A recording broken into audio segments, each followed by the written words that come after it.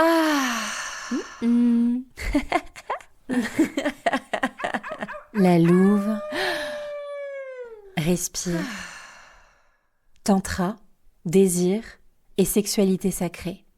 Un podcast intime et initiatique autour du tantra, de la spiritualité incarnée et du féminin sauvage. Miaou.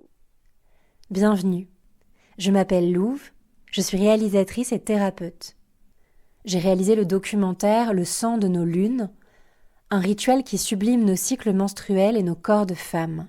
Aujourd'hui, j'accompagne les femmes à se reconnecter à leur part sauvage, à leur sensualité, à leur rage sacrée et à leur puissance créatrice.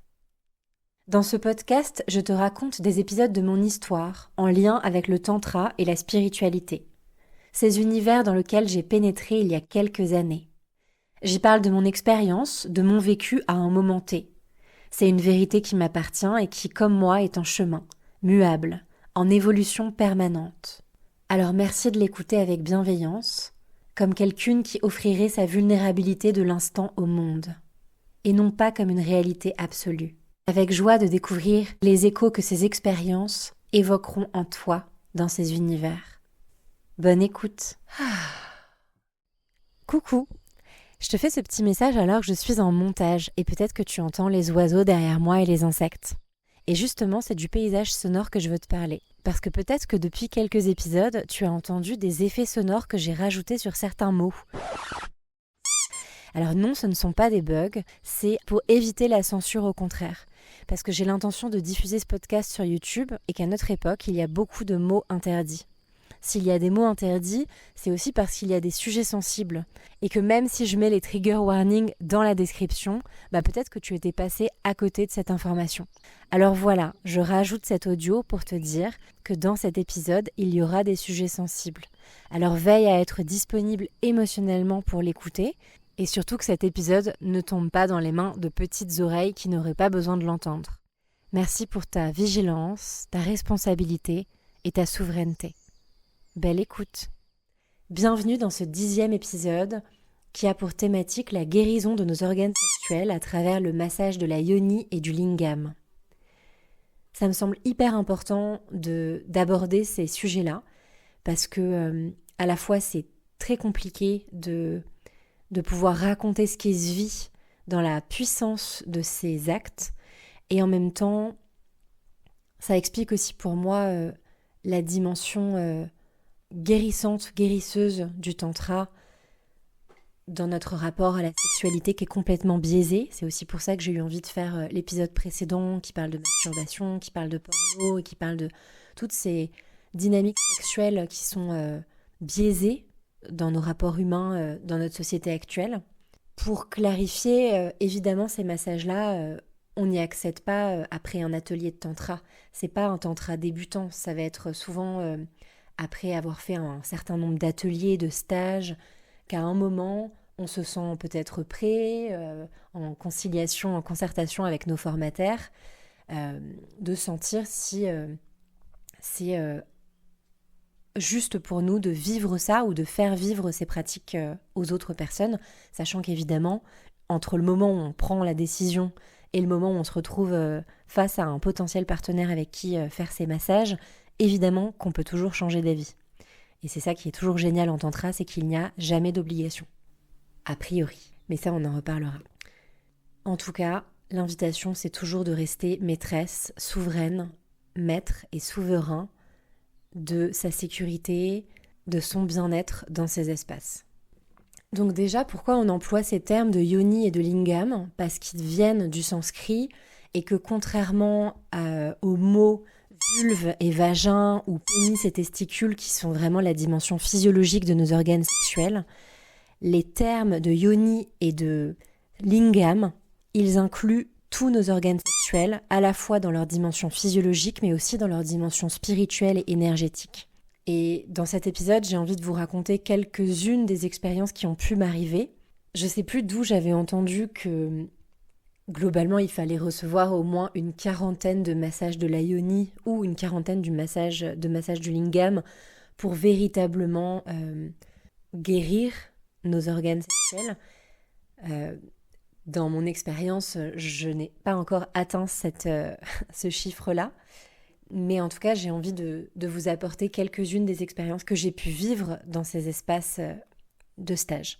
Je vais vous parler de la première expérience parce que pour moi, elle me semble être assez fondatrice. La première fois que j'ai reçu un massage de la yoni, je me souviens que jusqu'au dernier moment, je ne savais pas si j'allais le faire parce que je ne sentais pas forcément d'hommes avec lesquels je me sentais suffisamment en confiance dans le stage pour recevoir ce massage. Et en même temps, je me souviens qu'il y en avait un qui avait l'air assez doux. Il avait un peu une nature assez enfantine. Et je m'étais dit que c'est peut-être celui qui me faisait le moins peur. Donc plutôt que de choisir, c'est avec celui-là que j'ai envie de le faire, j'ai plutôt procédé par élimination en me disant, c'est avec lui que j'ai envie de le faire parce que je me sentirais pas abusée. C'est hyper important de choisir un partenaire ou une partenaire avec lesquels on se sente vraiment, vraiment en confiance, surtout quand c'est la première fois.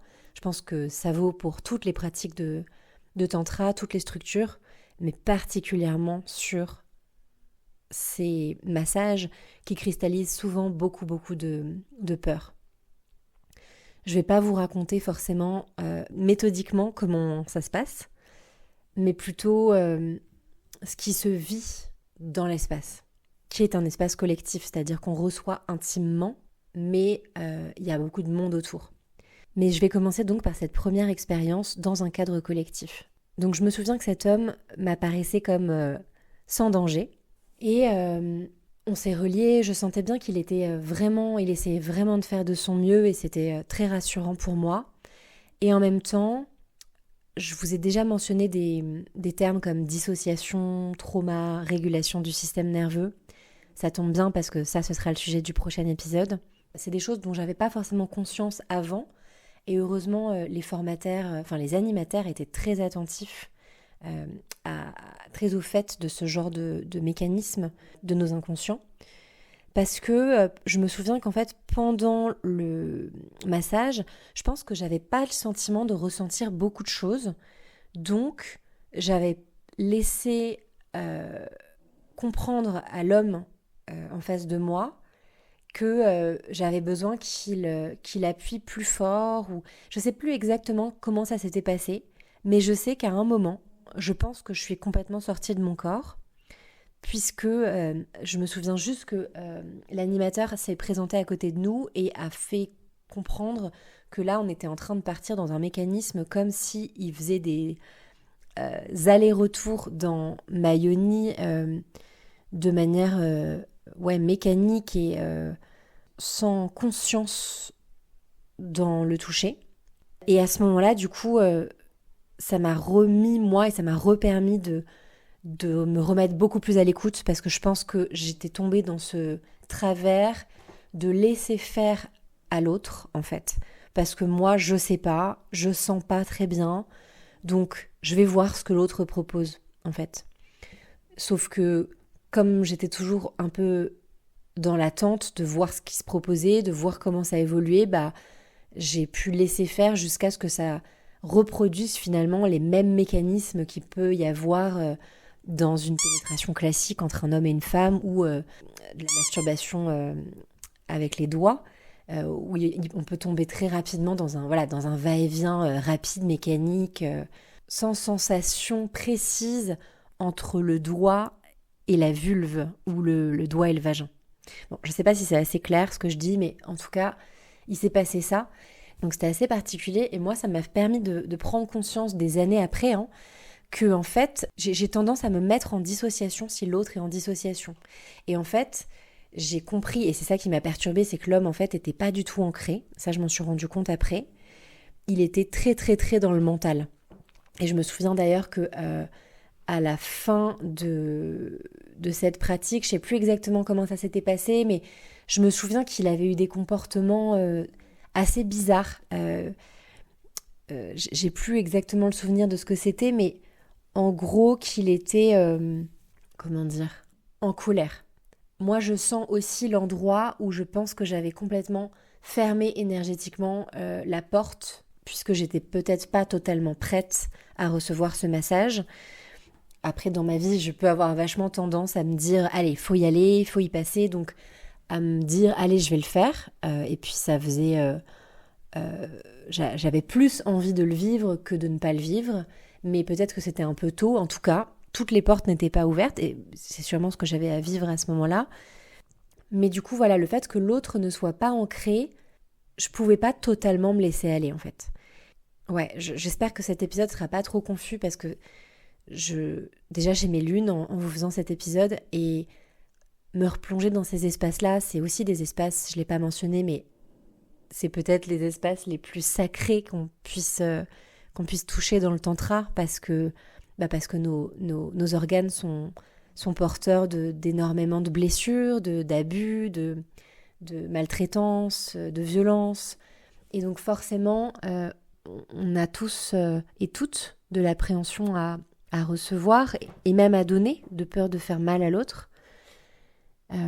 Donc forcément là, en vous le racontant, je sens bien que je suis aussi dans un autre état vibratoire, un autre espace-temps, bien sûr, puisque je vous raconte des faits qui ont eu lieu il y a longtemps, mais aussi qui connectent à quelque chose de bien plus vaste. Donc bref, c'était ma première expérience, pour résumer, avec un homme qui n'était pas du tout ancré, et moi ça m'a pas permis de m'ancrer en retour. Je pense que je sentais à quel point il avait peur de mal faire, et à la fois j'étais touchée et rassurée par ça, et en même temps, je me sentais pas non plus totalement enveloppée pour faire complètement confiance et me laisser aller dans cette pratique. Heureusement qu'il y a eu l'animateur qui est intervenu pour mettre un holà sur des vieux mécanismes qui reviennent aussitôt au galop. Et encore une fois, des années plus tard, j'ai compris que quand j'étais face à quelqu'un qui était dérégulé, on l'est tous, hein, bien sûr, quand il y a quelqu'un qui peut être en colère autour de nous, ça nous dérégule. Quand il y a quelqu'un qui peut être dans un trauma très lourd de dissociation, enfin bref, j'en reparlerai encore une fois dans le prochain épisode, mais évidemment que ça vient aussi nous déréguler. Mais voilà, là je n'avais pas conscience de tout ça, donc c'est venu créer un truc où il y a presque un blackout dans cet espace-temps que je vous raconte. Je pense qu'on entend un peu mon chien ronfler aussi dans cet épisode. Il a l'air de dormir profondément. Donc voilà cette première aventure. Lors de ce même stage, on allait aussi, après avoir reçu des massages de la yoni, souvent c'était en cet ordre-là, mais en fait il n'y a pas forcément toujours d'ordre. On a eu, parce que la femme est souvent... on a eu le choix de changer de partenaire pour le massage du lingam. C'est souvent celles et ceux qui vont recevoir qui peuvent choisir leur partenaire. Donc de la même manière que moi j'avais pu choisir celui qui m'a donné ce massage de la yoni, eh bien un homme m'a choisi pour lui donner le massage du lingam.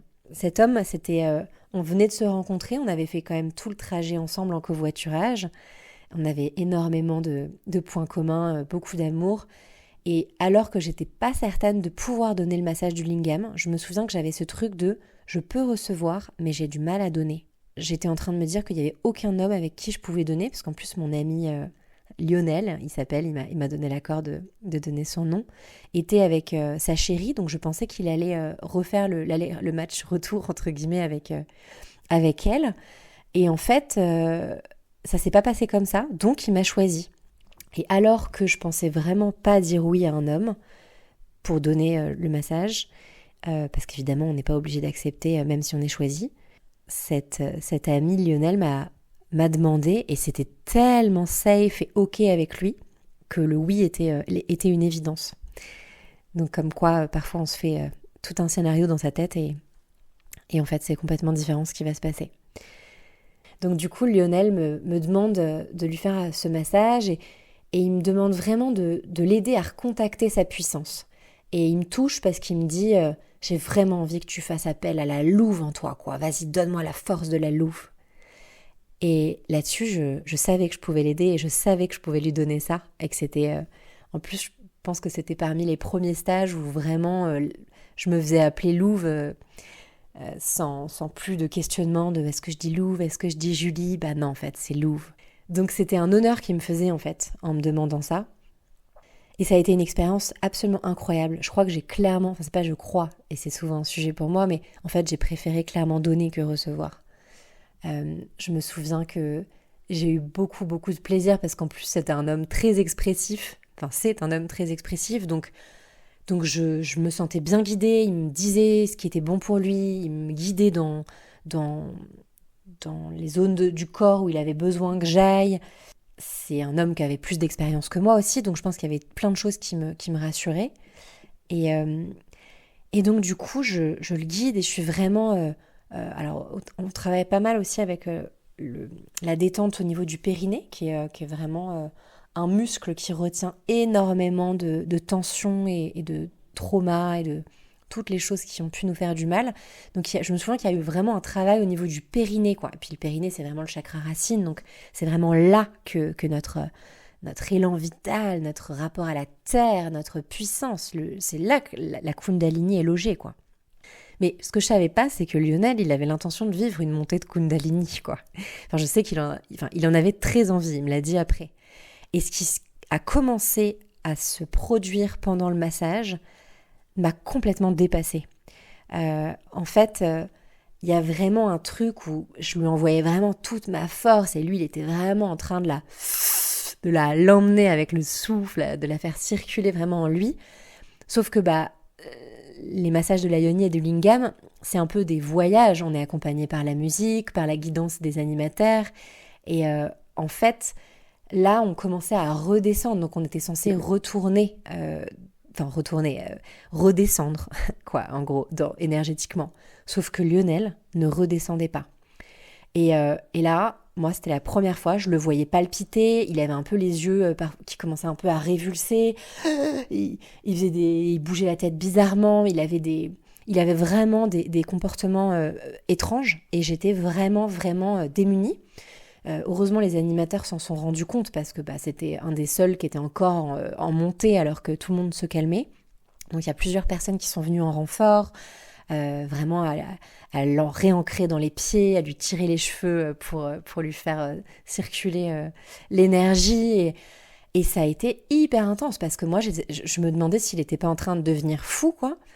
Et surtout, c'était la première fois que je donnais un massage du lingam, donc c'était très, très, très puissant. Il a mis longtemps à réatterrir, il était un peu sonné. On est allé dehors, prendre l'air. Je me souviens qu'il m'avait dit « Putain, si j'avais pissé avant, je suis sûre que j'aurais fait une montée de Kundalini. » Bon, petite dédicace, Lo, je suis sûre quand t'écouteras cet épisode. Donc bon, voilà, si ça peut aider, pensez à faire pipi avant, même si évidemment que la montée de Kundalini n'est pas du tout l'objectif qu'on est censé rechercher ni atteindre. Hein. C'est vraiment quelque chose qui est censé couler. Évidemment que il y a des méthodes pour la faire affluer, cette Kundalini, cette énergie vitale, mais elle vient quand on ne la cherche pas, quoi. Donc voilà, en tout cas, j'avais envie de vous raconter cette autre expérience parce que elle a été très belle pour moi, très puissante. Je pense qu'elle m'a vraiment permis à un endroit de me reconnecter à ma féminité là où je ne m'y attendais pas, dans ma capacité à donner. Mais c'est vraiment un sujet parce qu'en fait, je me rends compte que de toutes les expériences de massage de la yoni que j'ai pu recevoir, c'est vraiment très délicat pour moi de me sentir dans une confiance absolue pour pouvoir recevoir. Je sens que énergétiquement, il y a toujours des petites barrières que je mets et c'est ok, elles s'ouvrent quand elles sont prêtes. Mais en tout cas, voilà, je sens que l'exigence que j'ai à choisir les hommes, les shivas avec lesquels je vis ce massage, elle est de plus en plus affûtée et grande. Et donc du coup c'est plus difficile de recevoir que de donner, mais j'ai l'impression que c'est quand même un grand mal féminin. Enfin, vous me direz en commentaire, les femmes qui écoutent ce podcast, comment vous le ressentez. J'ai envie de vous partager quand même une autre expérience de massage de la yoni, alors qu'elle n'était pas vraiment un massage de la yoni, mais il y avait quand même un toucher de la yoni et un peu de massage, même s'il n'y avait pas de massage interne, parce que là de tout ce dont je vous parle, quand je dis massage de la yoni, je parle où il y a vraiment un toucher interne. Hein. Comme si je l'ai un peu mentionné clairement avec le premier homme. Mais là, c'était un rituel de pardon avec un homme. Et c'était en fait hyper rassurant pour moi de vivre ça sans qu'il y ait de pénétration prévue. Ni prévue ni proposée. Hein, donc le cadre était très clair. Et donc de pouvoir vivre ça, c'était très rassurant. Et puis aussi parce que j'avais eu d'autres expériences avant. Mais là, je l'ai vécu avec un homme, c'était très très beau. L'idée, c'est de faire un Ho'oponopono Donc c'était un aller-retour avec le même partenaire pour le coup. Et donc la proposition, c'est de faire un Ho'oponopono à nos organes sexuels. Donc le Ho'oponopono, c'est une tradition sociale et spirituelle hawaïenne qui veut dire rétablir l'équilibre. En français, on va l'utiliser en disant je suis désolée, je te demande pardon, je te remercie, je t'aime. Et souvent, on va dire je suis désolée d'avoir fait telle chose, je te demande pardon pour telle chose, merci pour telle chose, je t'aime pour telle chose. Ou juste je t'aime d'ailleurs, qui peut se suffire à lui-même. Et donc du coup, ce rituel, il a été très fort.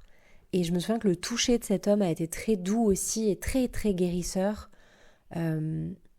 Parce que je me souviens que je le sentais tellement... il y avait un moment aussi où il devait juste regarder Mayoni. Et le simple fait de voir son regard en adoration de Mayoni, sans aucune recherche sexuelle, sans aucune attente, et puis comme il avait rien à faire d'autre que de l'adorer et de la contempler, en fait, il pouvait pas mal faire. Et donc je sentais vraiment tout son amour et je sentais Mayoni réagir. Et d'ailleurs, il me l'a dit à la fin, et c'est ça qui m'a le plus touchée, je pense, c'est qu'il a pu percevoir les infimes mouvements de Mayoni. Donc quand les lèvres bougent, quand le clitoris bouge, et que ça se soit visible à l'œil nu, alors que moi j'étais totalement au fait des sensations qui se passaient, c'était absolument incroyable. Il m'a honorée à la fin en me disant qu'il avait vu comme un hibiscus s'ouvrir et vivre, un hibiscus vivant, quoi. Et ça a vraiment guéri quelque chose en moi de très profond.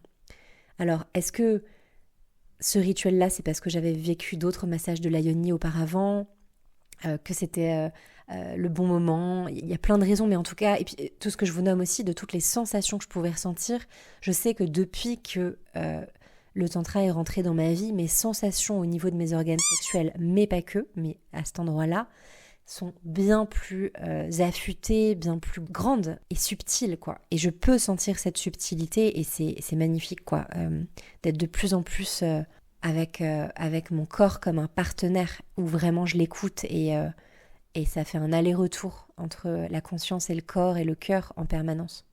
Voilà, je vais m'arrêter là. En vrai, il y aurait plein d'autres expériences à raconter avec des masseurs tantriques dans des cabinets professionnels en individuel, d'autres massages de la yoni qui ont été peut-être un peu plus foireux, d'autres où il n'y aurait pas tant de choses que ça à raconter, d'autres massages du lingam qui m'ont touchée aussi d'honorer le sexe de l'homme.